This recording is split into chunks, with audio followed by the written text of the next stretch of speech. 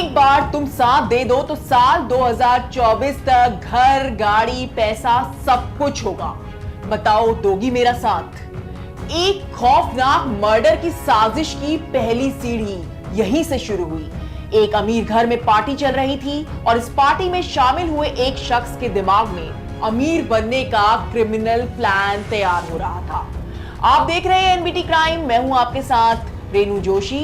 प्यार, लालच और कत्ल की कहानी है कुशाग्र हत्याकांड। कानपुर का एक घर सूना हो गया है। मां रो रो कर बेहोश हो रही है, पिता अपना दर्द संभाल नहीं पा रहे हैं। कोई खुद को संभाले तो संभाले कैसे, जिस घर का 16 साल का बेटा मौत की नींद सो गया हो। उन माता पिता के लिए किसी और चीज के मायने ही कहां रह जाते हैं। कानपुर के कुशाग्र मर्डर केस के बारे में जिसने भी सुना उसके होश उड़ गए। कानपुर के साड़ी कारोबारी मनीष कनोडिया का परिवार बेटी होने की खुशियां मना रहा था, लेकिन उन्हें नहीं पता था कि उनका हमेशा के लिए बेटा उनसे दूर जाने वाला है। कोई उनके बेटे को उनसे छीनने वाला है। मनीष कनोडिया के घर में बेटी पैदा होने की खुशी की पार्टी चल रही थी। इस पार्टी में कुशाग्र की एक ट्यूशन टीचर रचिता और उसके 2 साथी भी शामिल हुए थे। इस पार्टी में तीनों ने मनीष कनोडिया के बेटे कुशाग्र को किडनैप करने का प्लान बनाया। पार्टी में आए थे, पार्टी में ही प्लान भी बना। इन्हें लगा कि अमीर परिवार है और फिरौती में मोटी रकम की मांग करेंगे तो जल्द से जल्द अमीर बन जाएंगे।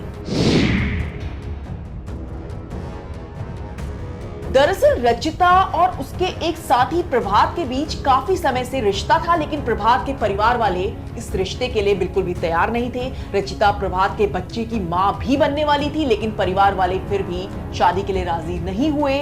रचिता को इस वजह से अबॉर्शन करवाना पड़ा। इस अबॉर्शन के बाद रचिता और उसके बॉयफ्रेंड ने अपनी जिंदगी अपने ढंग से जीने का प्लान किया, लेकिन इस प्लान के लिए इन्हें पैसा चाहिए था।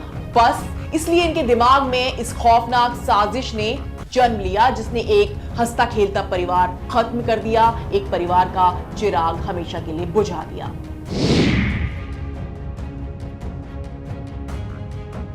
कुशाग्र के पिता मनीष कनोडिया अक्सर बिजनेस के सिलसिले में बाहर जाते रहते थे और इसी का फायदा उठाया रचिता, प्रभात और इनके एक साथी शिवा ने।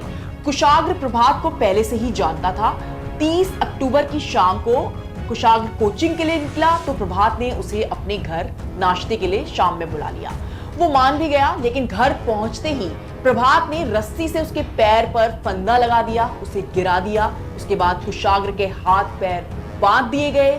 इस पूरी घटना के दौरान रचिता वहीं पर थी। रचिता यानी कुशाग्र की ट्यूशन टीचर। रचिता यानी वो लड़की जिसने कई सालों तक कुशाग्र को पढ़ाया, लेकिन लालच में वो इतनी अंधी हो गई कि उसका कत्ल करने के लिए तैयार हो गई। उसके सामने ही कुशाग्र का कत्ल हुआ।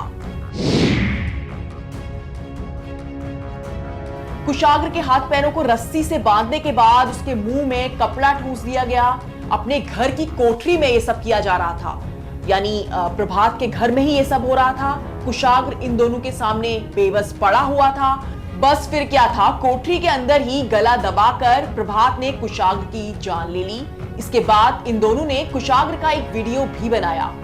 इस वीडियो को इस तरह से तैयार किया गया, इस तरह से बनाया गया कि ऐसा लगे कि कुशाग्र जिंदा है। इसके बाद इन्होंने फिरौती मांगने के लिए एक खत लिखा और इनके तीसरे साथी शिवा ने इस खत को कुशाग्र के घर तक पहुंचाया।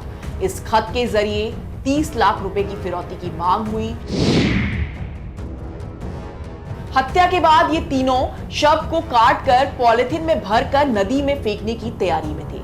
पॉलिथीन और बोरे की व्यवस्था भी कर ली गई थी, लेकिन सीसीटीवी कैमरा ने इनका पूरा प्लान चौपट कर दिया। कुशाग्र के गायब होने के बाद जब परिवार वालों ने पुलिस में रिपोर्ट लिखवाई तो सीसीटीवी की जांच हुई। प्रभात पकड़ा गया और इनका पूरा खेल सामने आया। खौफनाक कहानी सामने आई। पुलिस ने प्रभात के घर के बाहर से कुशाग्र की लाश बरामद की, जबकि उसके घर से कुशाग्र का bag, helmet, mobile, shirt, register और पेन भी बरामद किए गए। आरोपियों को गिरफ्तार कर लिया गया है। पुलिस पूछताछ में ये सारी हकीकत सामने आई है। पूरी खौफनाक कहानी उन्होंने खुद बताई है। इन लोगों ने लालच में इस परिवार का चिराग हमेशा के लिए बुझा दिया। इस खबर में फिलहाल इतना ही। एनबीटी क्राइम देखते रहिए, चैनल को सब्सक्राइब कीजिए। अगर आपको ये वीडियो पसंद आए तो प्लीज वीडियो को लाइक कीजिए।